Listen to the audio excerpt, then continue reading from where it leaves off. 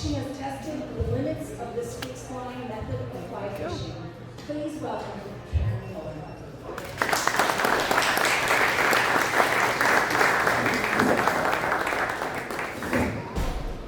How are you?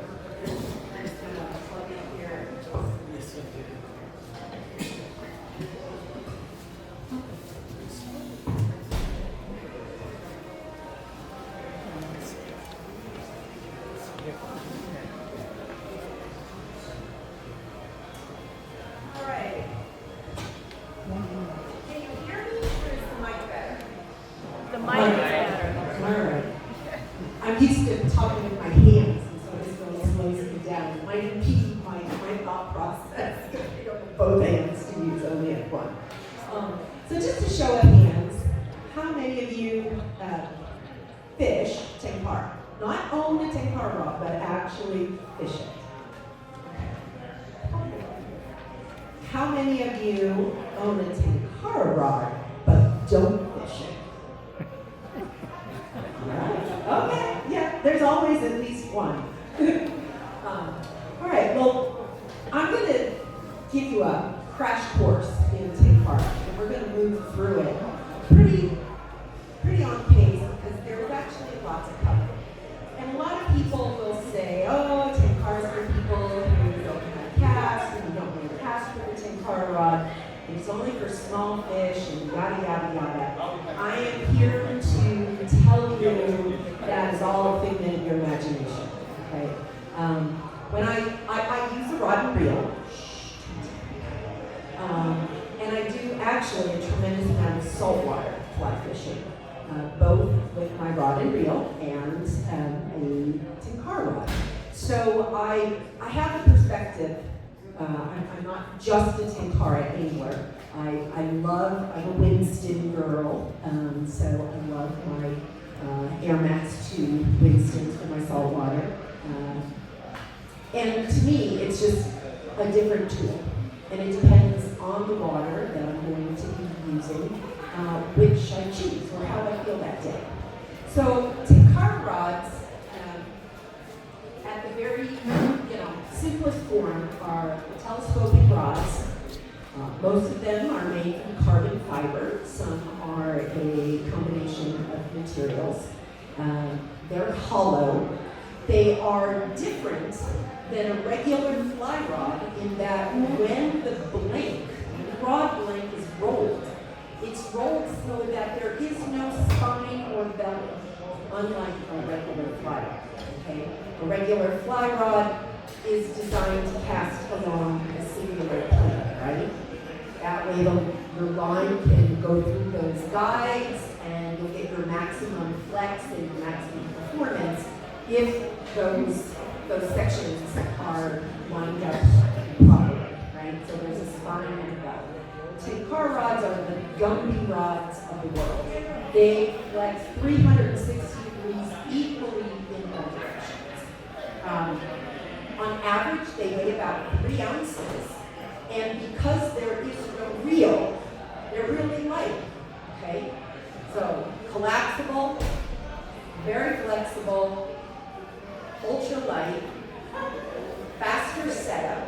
You're not breaking through guides, doing anything like that.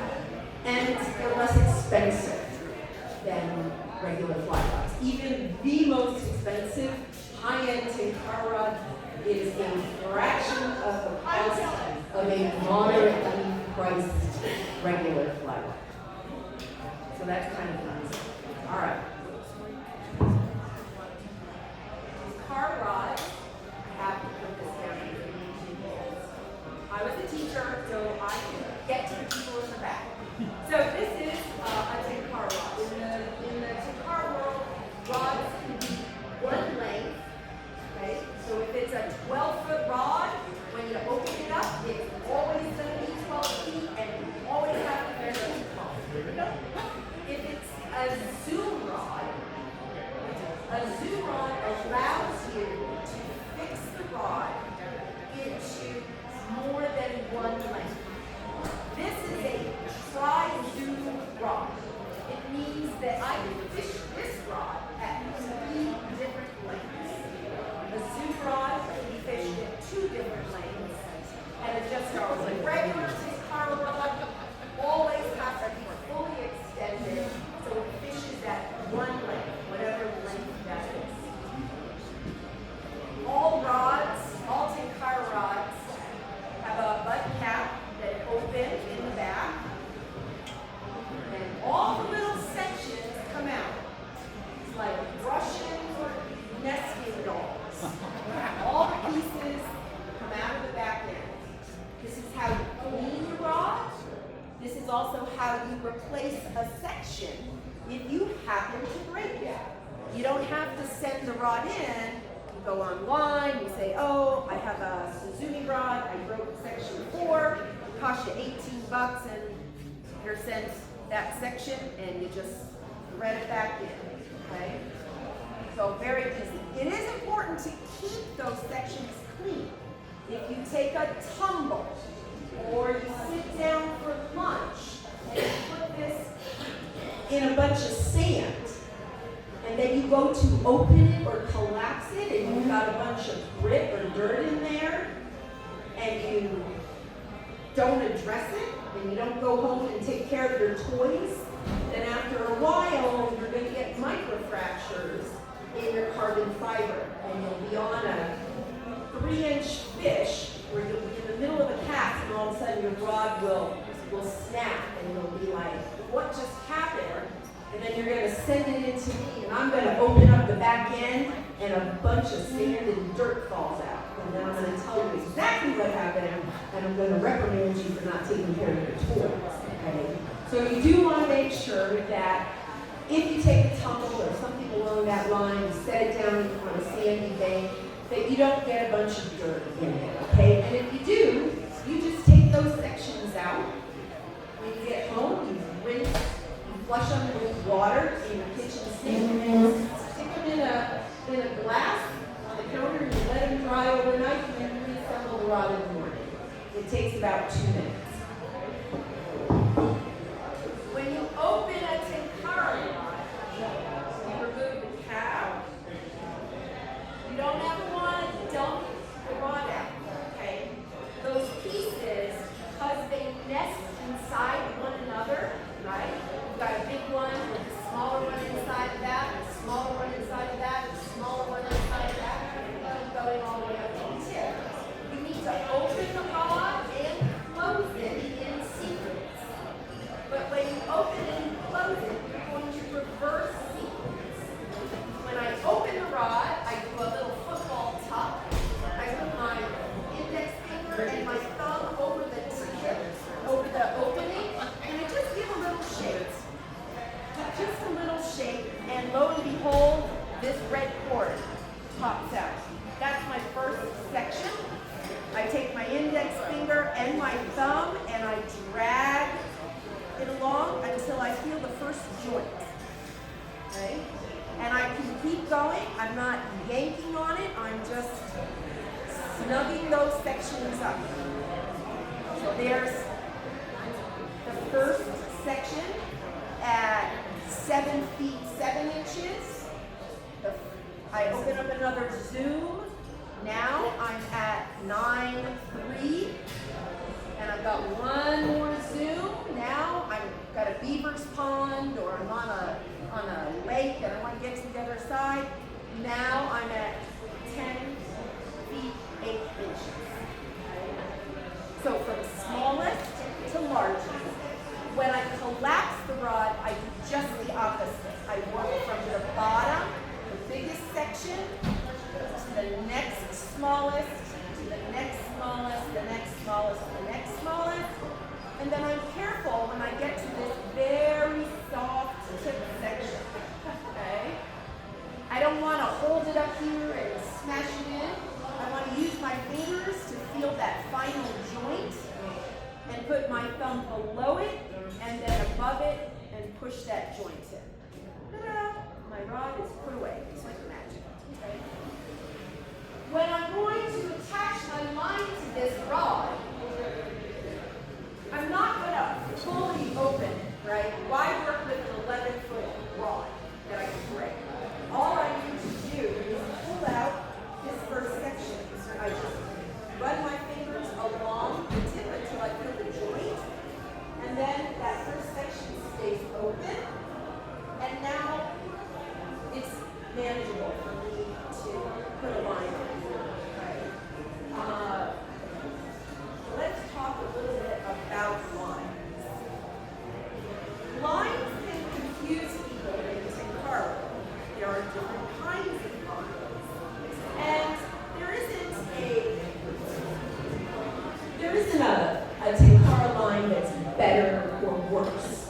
A lot of it has to do with how you intend to use your tenkara rod, where you're fishing it, what you're fishing it for, how long a cast you have to make to reach the fish, and your personal preference, okay? I'll pass around some different kinds of lines for you to look at, but in general, there are what we call tenkara level lines. These are the lightest, most delicate lines, and essentially, they're fluorocarbon. You are casting fluorocarbon, okay? They call it tenkara level line because they don't refer to it as a 5X or a 6X. They refer to it as a 1.5, 2, 2.5, 3, 3.5, 4, 4.5, 5. That refers to the diameter of the fluorocarbon, okay? 1.5 is your finest. 5 is going to be much thicker, okay? But it's essentially fluorocarbon. It has memory. It's heavier than the surface, heavier than water, so it will sink. And it comes on a spool. So the great part is, you're walking around with 50 meters, you can cut off however much you want and attach it to your tenkara line and customize the length of your line. Now, it's super light, so it doesn't do great in wind. And remember, it's fluorocarbon. It will sink.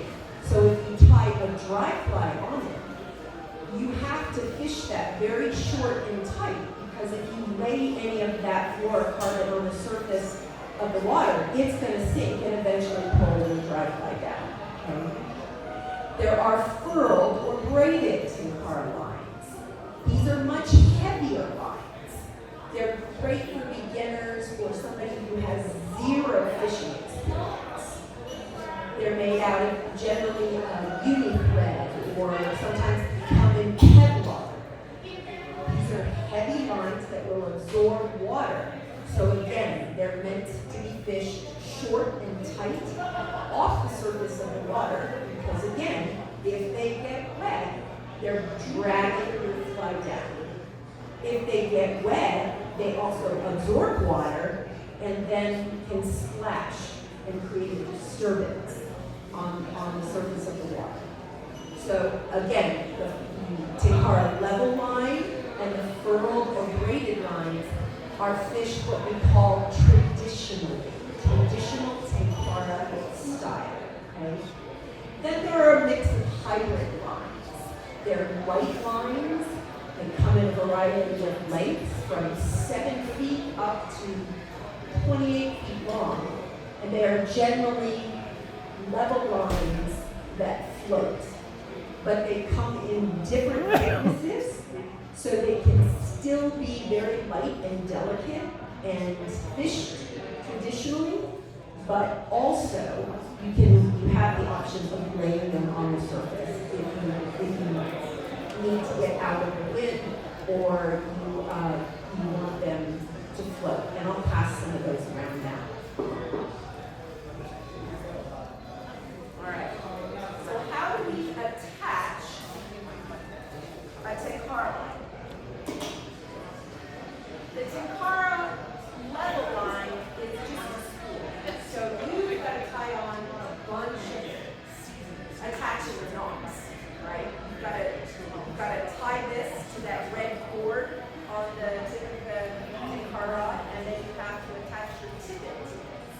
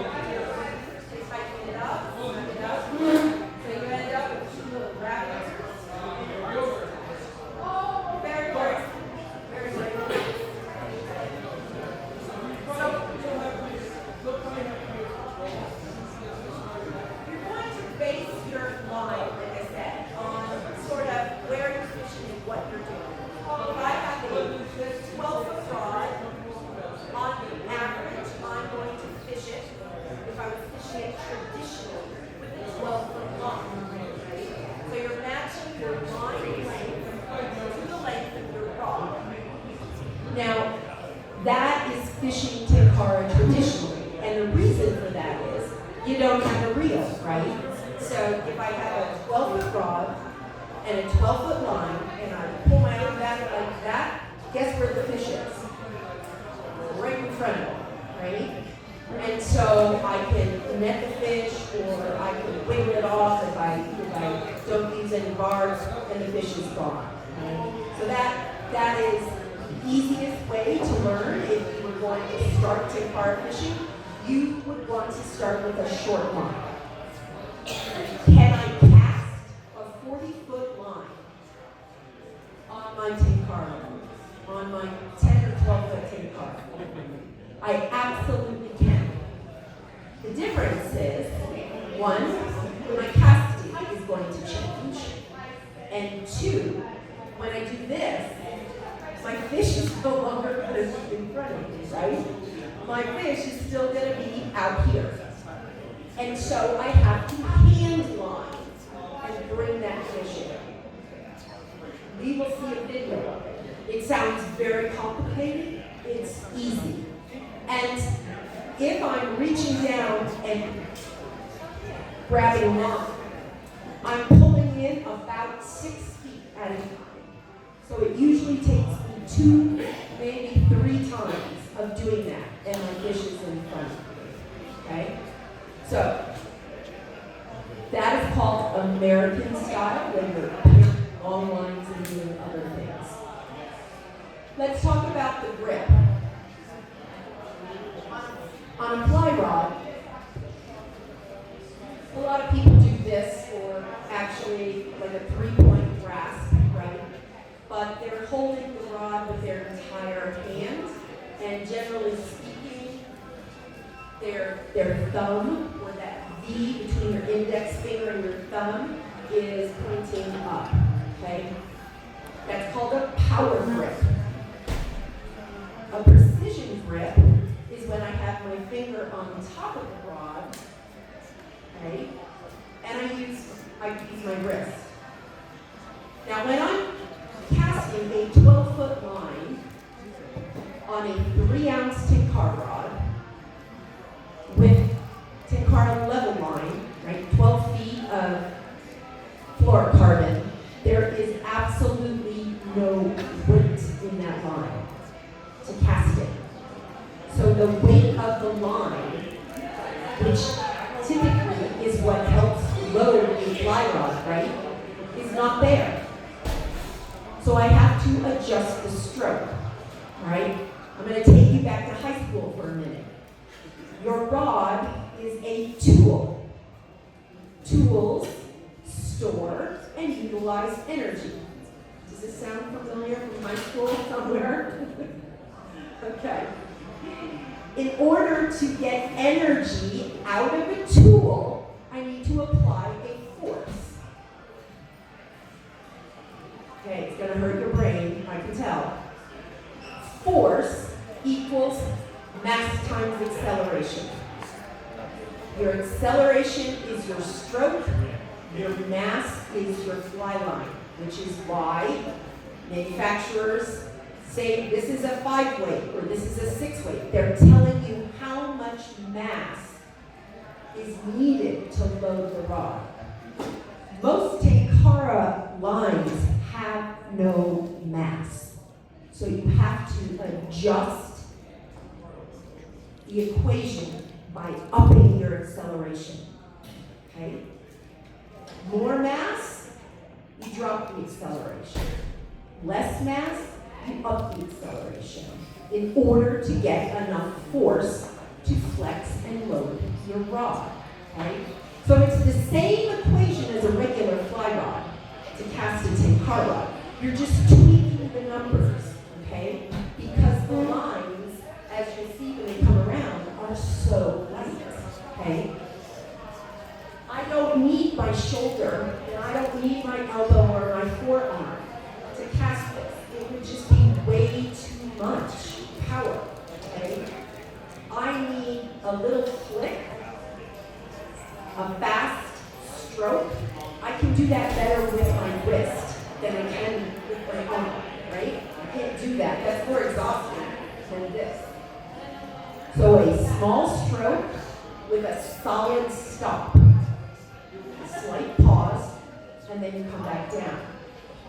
Now the other thing that is a little different about a tenkara rod is you have these really flexy tips, right? These tips that just bend. So if I were to stroke and cast this rod, and I came down here with my rod and I pointed it down, that tip section has to catch up, and then it's going to finally come forward and straighten out. And if my rod tip is low, it's going to shoot all my line into the ground in front of me. If I stop my rod up higher, and that tip section catches up, when it finally moves forward, it will shoot the line out in front rather than into the ground. Okay? So wherever you stop your rod here on a tenkara rod, that tip, because it's so flexible, has to catch up. So you have to be aware of where you stop. On a tenkara cast, instead of it being 2 to 10, it's 12 to 10. Because if I stop my rod at 12, guess what? My tip section is going to flex all the way back to about 2. Okay? Because it's so soft. And when I come forward, I'm going to stop at about 10, 10:30, and then my tip section has to catch up. Does that make sense? Okay. Let's look at a cast. So this is a traditional tenkara cast. It's a 12-foot rod with a 12-foot line. And you're going to see my index finger is on top. My elbow is kind of tucked in, so I'm not using my shoulder. If you have shoulder problems, tenkara's your godsend. And my arc from my stroke is very small. It's very, very small. And I'm stopping the rod almost vertically in order to get that line to go out in front. And you'll notice when I stop, there's almost a pyramid where the rod goes up to the point and then the line comes down straight. Very, very easy. You can cast with both hands. You don't have to worry about a reel.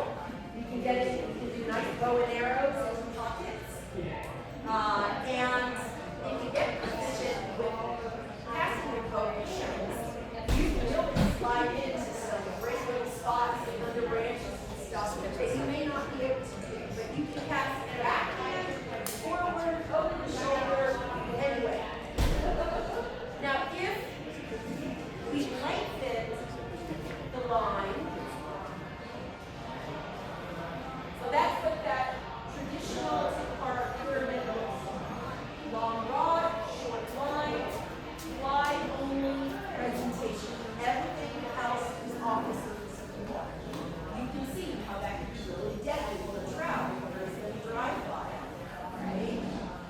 Now, if we go to a longer line, you're going to see how it changes just a little bit. My pause at the top is a little bit longer. I have more line that has to lay out behind me. And my arc is a little bit bigger. So this pause is just a little bit longer. Maybe I'm using a little bit more of my arm, but that stroke arc is still relatively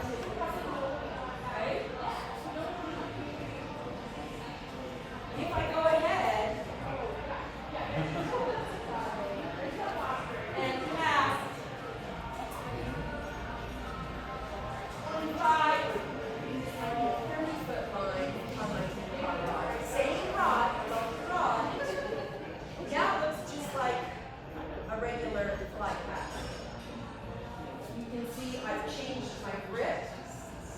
I'm using a lot more of my arm.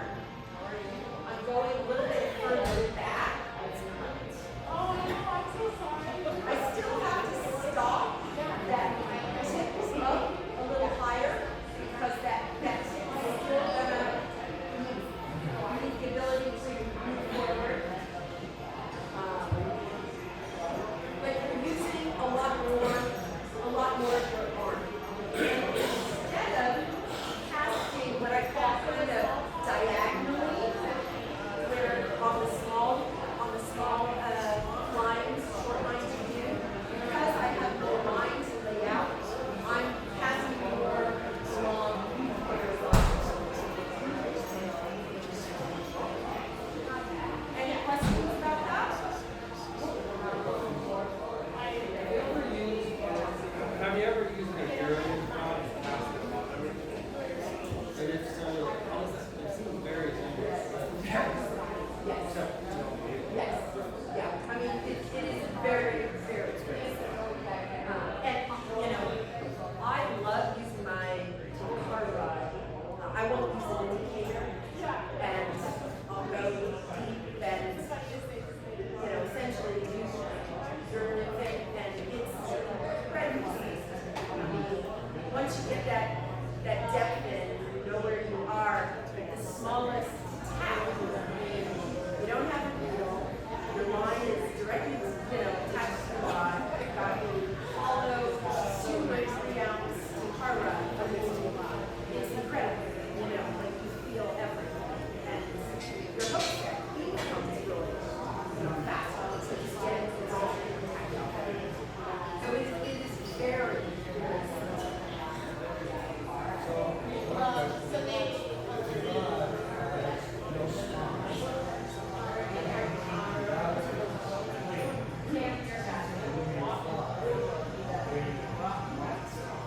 Well, I will say, so there is a difference between carbon fiber, okay?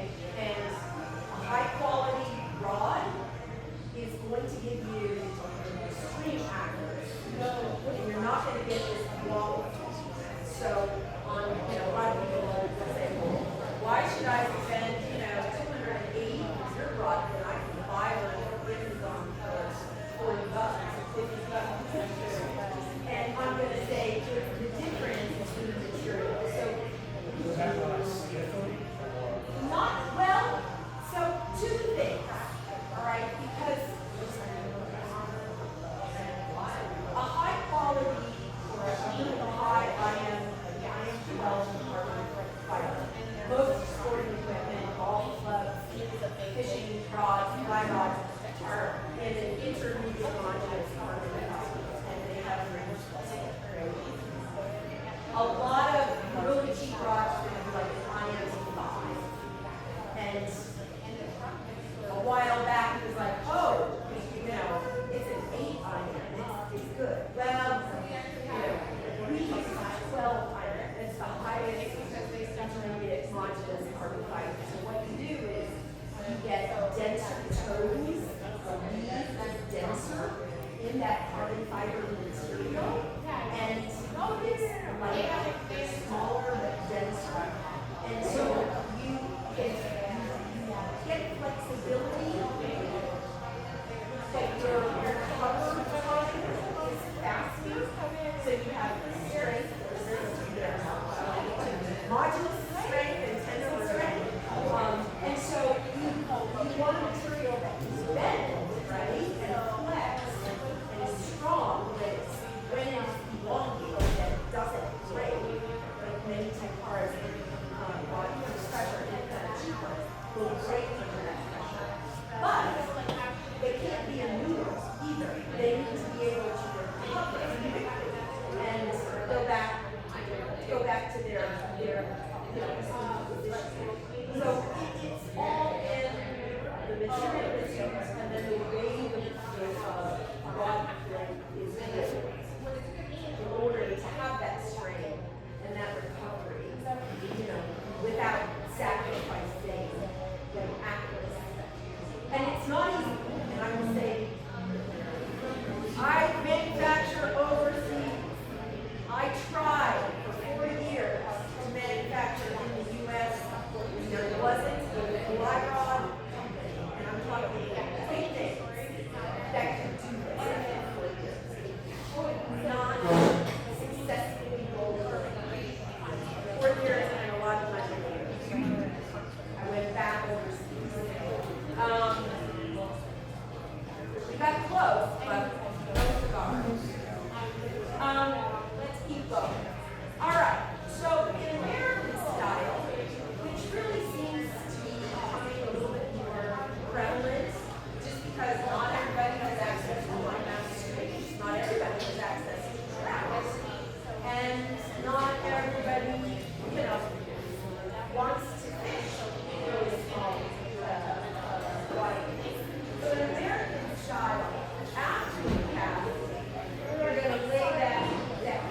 fish down on the surface.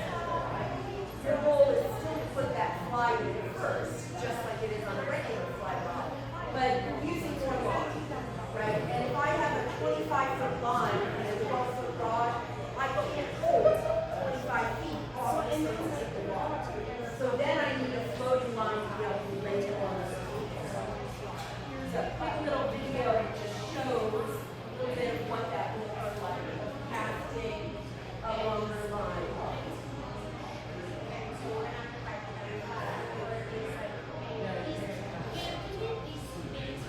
Very simple. You don't need a lot of back casting. It reminds me of casting with a long rod. Very slow, very methodical. You kind of fast and then you're like, wait for it. Very relaxed. On the long lines, I don't know if I have it. I ended up doing a lot of spade casting. I didn't know I was spade casting. But when I was in Alaska, trying to get a 40-foot line out, I was targeting silvers on my car rod. Yes, I was crazy. And had a big fly and probably 40-mile-an-hour winds that I was trying to cast into. And I was having a little bit of a temper tantrum. And I said, go away to the guy. I was like, you're just, you're making me nervous and getting in my head too much. Go away, just go. And so I started, trying to figure out how to get all this line out there. And after a few minutes of calming down, I started to get my line out and lay it out there. And after a little bit of time, the guy walks back and says, you know what you're doing? And I'm like, I'm finally getting this fly out, and I just need a fish. And he's like, you're spade casting. And I didn't even know it. So I'm doing a lot of water loading, big D loops, snap tees and things like that in order to lift that line and use the water to load it. So I eventually said, gosh, I don't want to try this spade casting. I'm used to long rods. I fish with a 15-foot car rod a lot and a 12-foot one most of the time. And I'm kind of, I was told I was kind of doing that anyways. So I actually got a spade rod, took a lesson, and the guy was like, wow, you're a natural. This is so easy. And I was like, well, it's a little different, but it's basically what I do with my tempura rod. So you learn a lot about casting and managing through tempura, which I feel has transferred into my regular life and made me better. When you start to understand the dynamics of casting, when you don't have a feel, how do I get this line out? How do I have to change my stroke for this particular piece of equipment? Then it makes you a smarter human. I was in Buenos Aires, gonna go fish for golden dorado on Tinkara and on my fly rod. And my luggage did not leave Miami. So I got to Buenos Aires and we were out on the Delta, back in these tributaries in this, it took us almost 3 hours of canals. Like if you were dropped off there, you would never be able to find your way back. I'm like, oh my gosh, are you going to be able to deliver my rods, right? And the guy was like, nobody's coming out here. They're not going to deliver your rods. You're just going to have these loaders. So the first 2 days I was out there and I wasn't really doing very good. Of course, I was also in the clothes that I had left Colorado in, right? 48 hours earlier. 72 hours earlier. And one day I finally said, if I just had my own rod and wheels, I would be casting better. And I got totally put in my place. The guy said, a good caster can pick up any rod, and within a minute or two,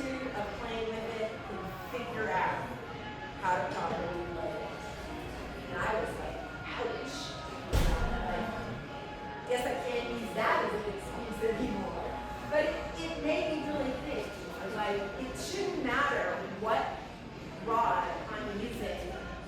I should, after playing with the rod and feeling the line move, I should be able to figure out the mass and the acceleration required to create enough force to load that rod. Make sense? Sorry, I'm walking like familiar. Is there only like single larger target? Like, there's no backing or other there's some sort of like little package of backing that can bust out. We're going to get into that. So, I have considered the crazy carp. Just some of the species that I have landed. Did eventually do golden dorado, shark, bonefish, junior permit, tarpon, triggerfish, barracuda, coho salmon, sockeye.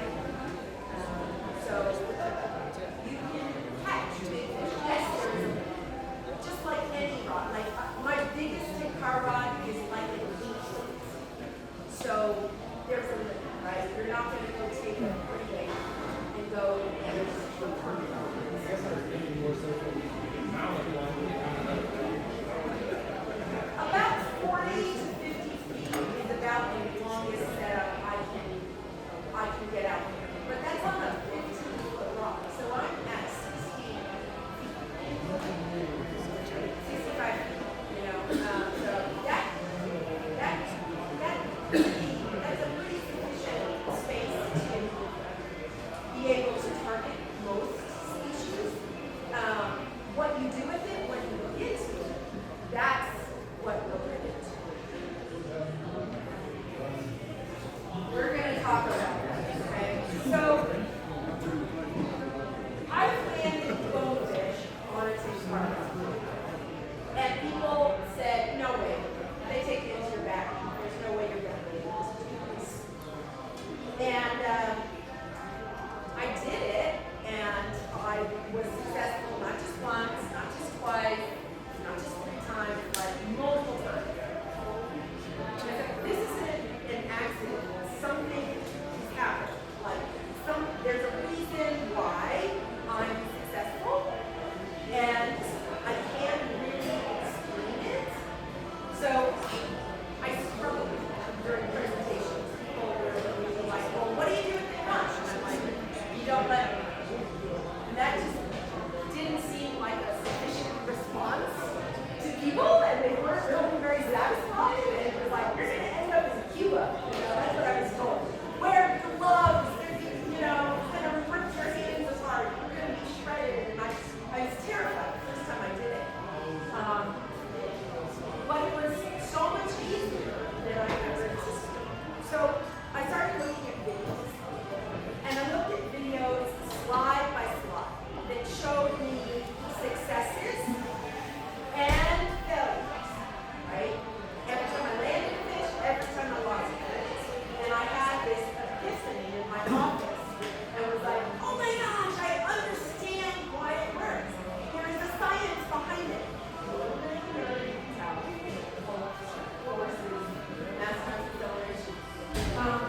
But it has to do with the fishing trap. Okay, so follow it. Every time you hook into a fish, whether it's on your fly rod or your tinkara rod, you create a triad relationship. You create a triangle. The 3 parts of that triangle are you, the angler, the fish, and your rod tip. And if you imagine, I mean, you're connected, your rod tip is connected to the fish. But if you draw a line from your belly button to the fish, right, that's your third side of the triangle. That triangle is always there once you hook that fish. But that triangle is not static. It's not stationary.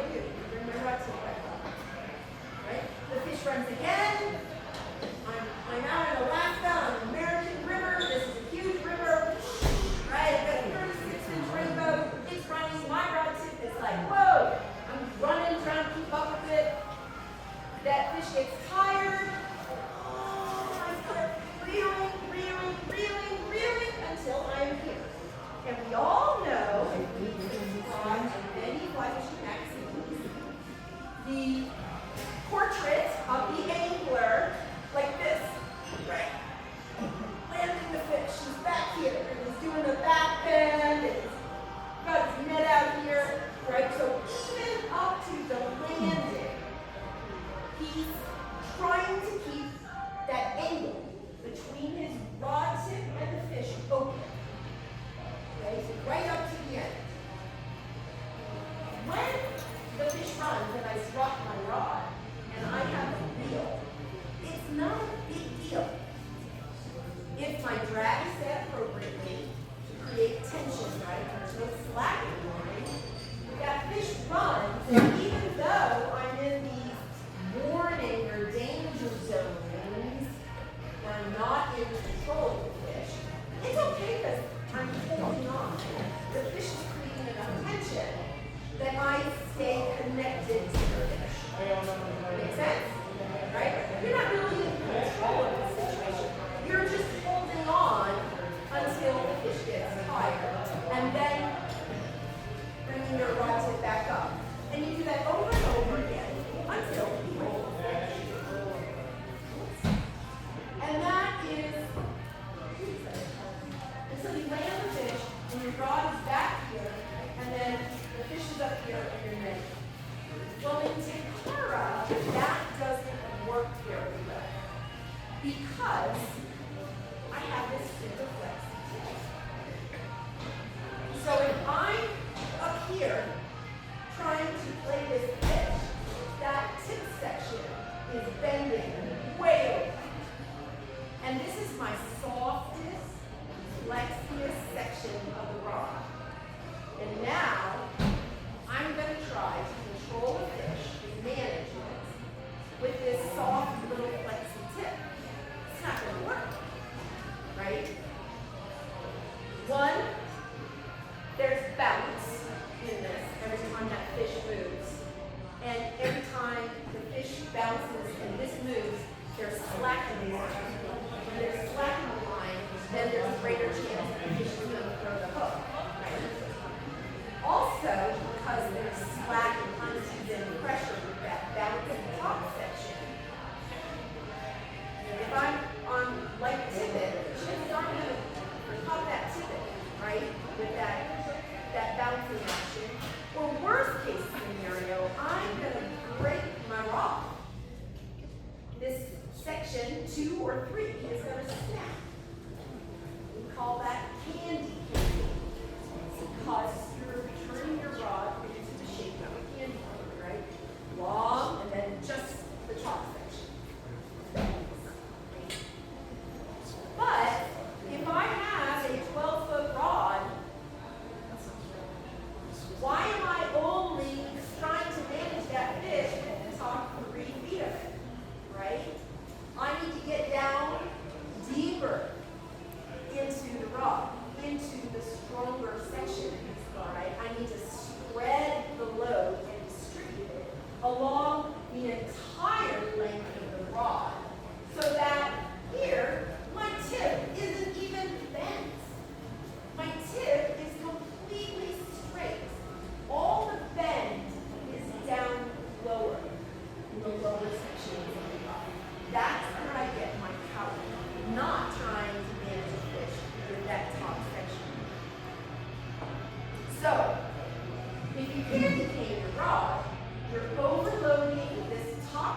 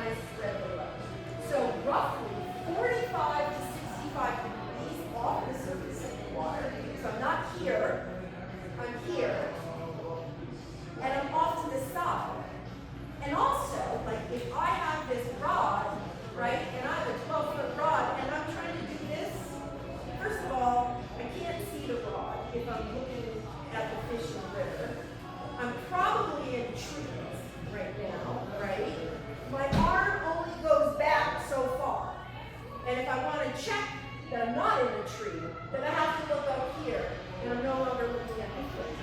When I do this, I have everything in my field of vision. I can see my rod, I'm out of the trees, I'm spreading the load and getting deeper, I'm protecting my tip section, and I'm in a position that will be ready to land the fish, okay?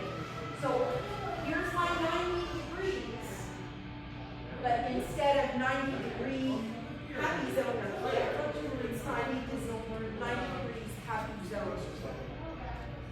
Follow that? All right.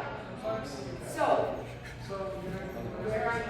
There's my tip, fish, 1, 2, 3 points, and there's my 90 degrees, which is that magic spot of control on a rod and reel or a Cutthroat. That's what it looks like on a fish.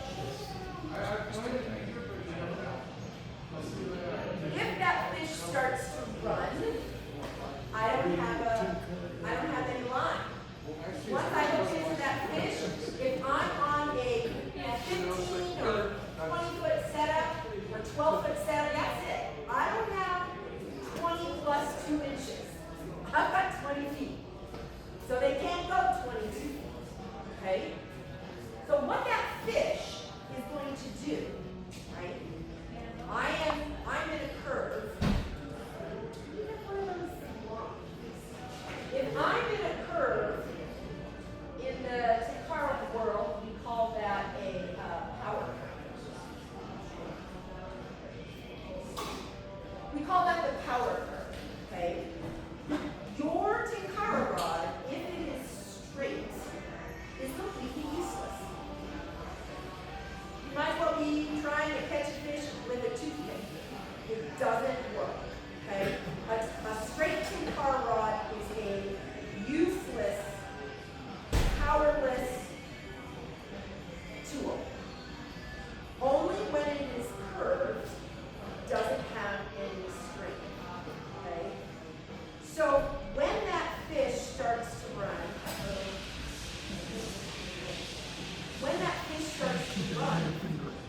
since he can't take the line, the ultimate goal of that fish is just straightening the rod. Okay? So,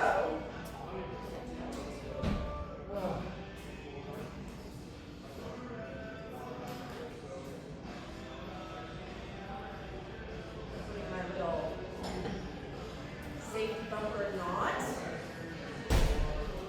My rod, my little connection loop, have my line going through, and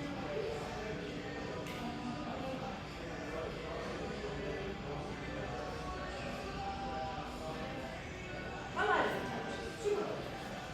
So, can you hold that?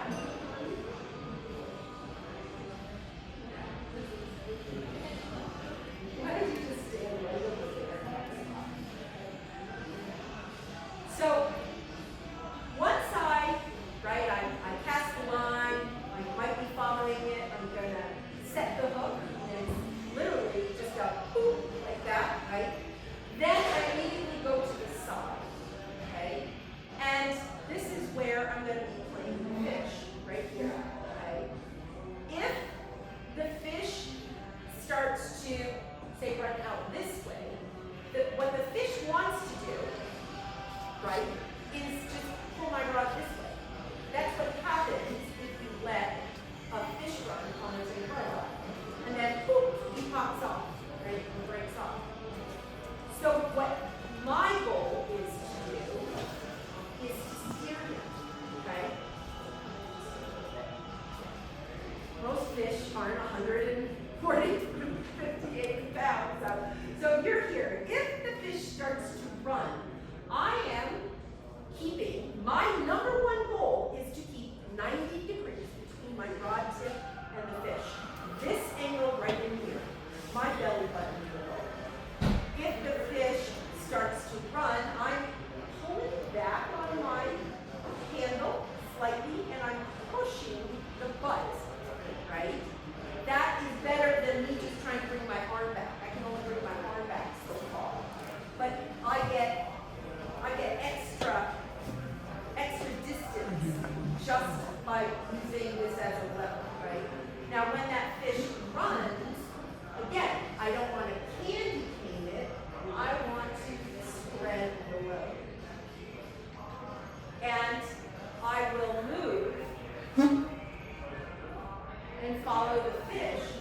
do whatever I need to do to keep that 93 angle, okay? If I can't really move to the front here without being anywhere. So we're here. If the fish goes that way, without being left, I'm going this way. If the fish moves back this way, I'm not hitting the lamp, and I'm coming to this way. If he moves straight out from me, I'm coming in this way.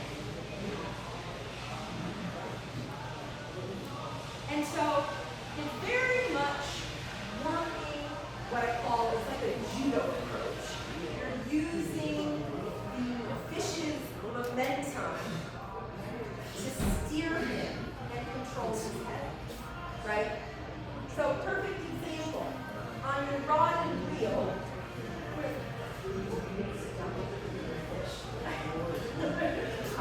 if you're on the rod and reel, okay, and say the river is going this way, and about 60, 70 feet down the river, there's a big old tree that's fallen halfway across the water. And on the far side, you've got this really nice scene, and you keep watching this fish come up, sitting flies. Massive fish, humongous fish. He's torturing you. You cast, and almost immediately, he takes your fly. Okay? Where is that fish going? He's going to stay in the strong, heavy current, and he's going down, and he's going to bury himself in that tree. That is a situation on a rod and reel that you cannot let your fish run. Now this is a big fish. This is like a 24-inch beautiful rainbow. You cannot let that fish take 70 feet. He's going to break you off. That's it. This is the fish of the year, right? So you hook in, that fish starts to run. You immediately have to stop that fish from taking line off your reel. You clamp it down with your fingers so he doesn't take any more line. And as he starts to run, guess what? You're going to take your rod and bring him around. You just turned your fly rod into a two-car rod. Clamp down the line. He's not going to reach that log, and you're using his momentum to steer him over into softer water and out of that fast-moving current. Now, as that fish starts swinging around into that softer water, what happens to the line as he's coming closer? Slack. So as that fish comes in, you start to get slack in your line. On a rod and reel, you can start to bring it in. Or, if it's not ready yet, and maybe you can't put your hand on the reel, as he comes in this way, where does your rod go? Back to the other side. Then maybe you start pulling it in. And as he turns and goes out to that fast water again, your rod goes back over. So there's no reason for you to break off that fish in a situation like that when you can't use your reel.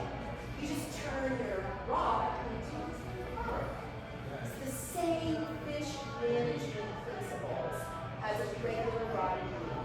The difference is on a tenkara rod, you're doing it all the time.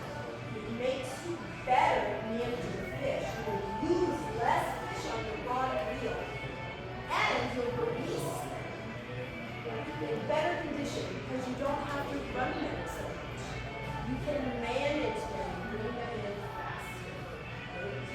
So when this fish starts to run, look at where my zone of control has changed. Now it's back here mostly, right? The fish runs, he's pulling my rod out of that current position, he's reducing this 90-degree angle. So here, if I trust my rod and I'm fast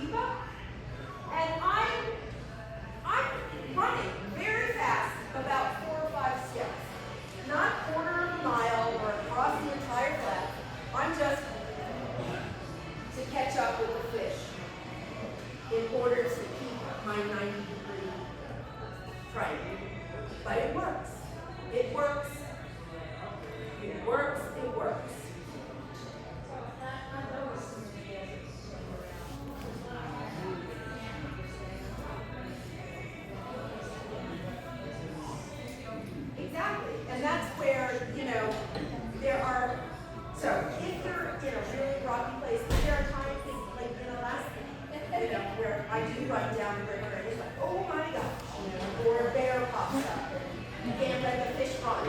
Now, I want to break my rod, so I've got to move with the fish to distance myself.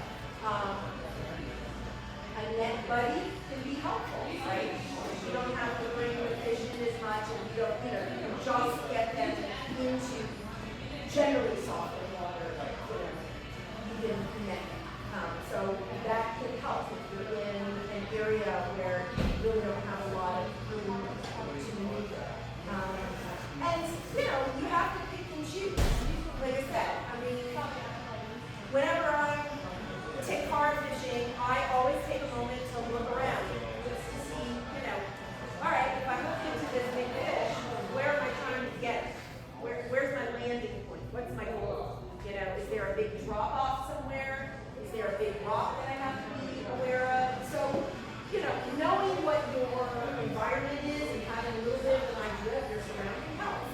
But I fish off of Nebraska. I've done red fishing on and bonefish.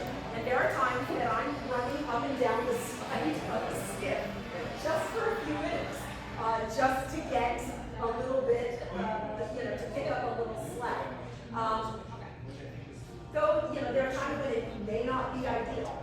There are times when I've said, this would be great, and I really want to catch, this fish or these fish, but I don't think it's conducive for the species and the space.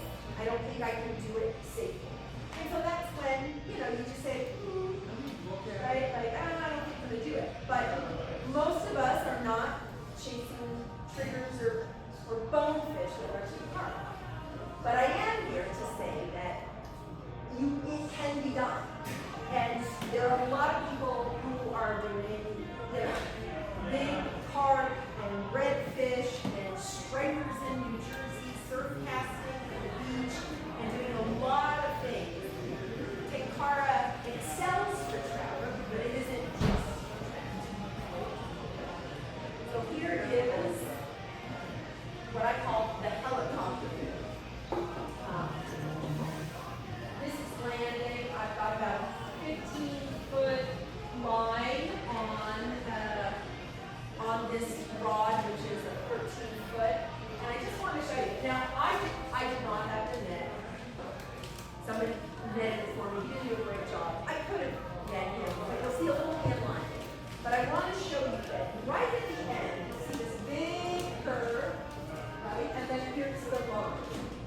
And there's a bunch of garbage in the water over here. And I step in to go and land the fish. I give a little bit of hand line. And at the last minute, when I go to grab the line, the fish, right? My rod is on this side. The fish is going that way. I've got nice tension on the line. At the last minute, the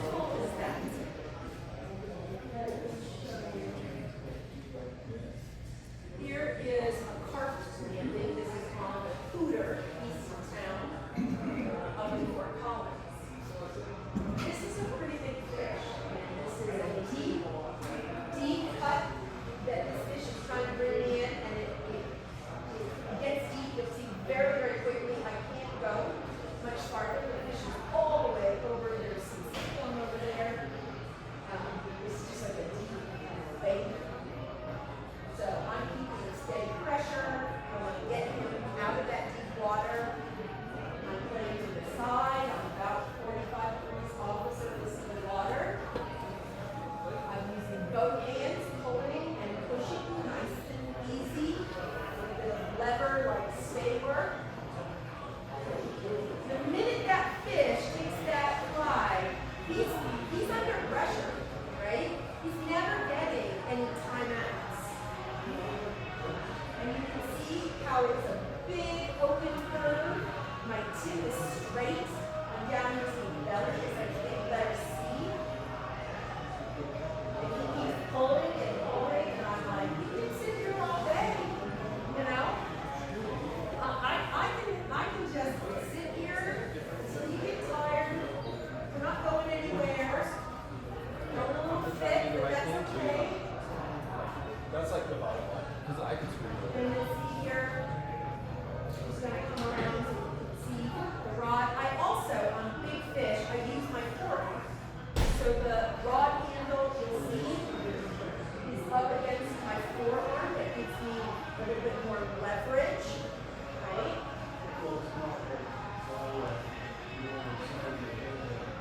No, you want to keep it on. And I'm just use my forearm. I'm waiting for the moment to get that feedback where I think he's tired enough. I know I'm tired enough at this point. And I'm going to grab the line here in a minute. Trying to pull into that deep water. Like,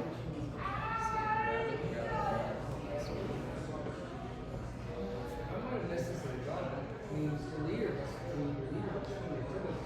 pretty big at the whole pressure. Is that how you really, that's how you finish with it? You grab the line? you grab the line, yeah. So, this was probably 3x tippet that I was using here. But like when I'm doing bonefish, I'm using 12 or 16 pound tests.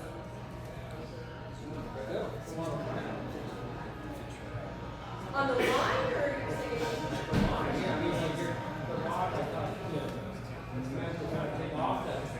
Well, the lines, our all-purpose lines are 18-pound tests, and our bigger fusion lines are 30-pound tests.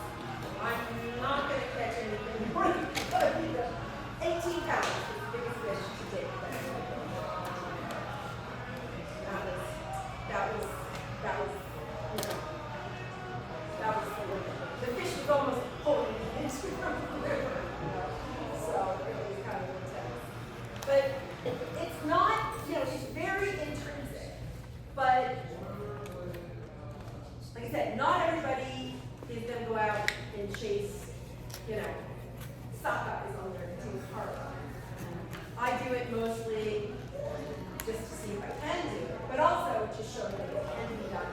And it isn't just a fluke. It can be done, consistently if you understand fish management and how to use the rod's flex and curve to play the fish, spread the load, and then work those angles, which exist whether you're on a fly rod or a tin carp. So, no candy canes, right? You don't want to turn your tin carp rod into a candy cane. You use the power curve to control the fish, control the fish's head, and the body follows. It's kind of amazing. Steady, even tension is where you get the most control. Not this bouncy business, but steady, even distribution. And take your time. I know when I fish with a lot of people or give lessons, they hook a fish and they panic. They say, oh my God, what do I do now? What do I do now? Like it's okay. The fish isn't going anywhere. Just be aware of your triangle. Keep that 90 degrees. The fish isn't going anywhere. You start worrying about the fish, then forget about your triangle. And the next thing you know, the fish is running because you come out of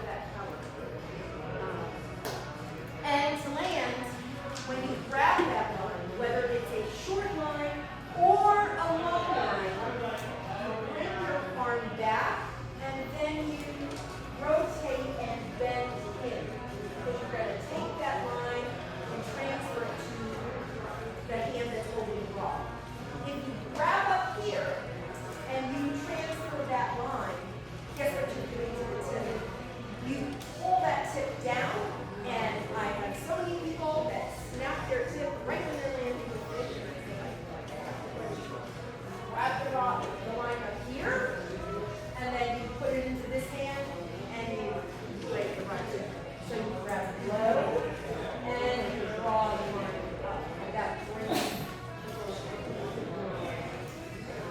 questions?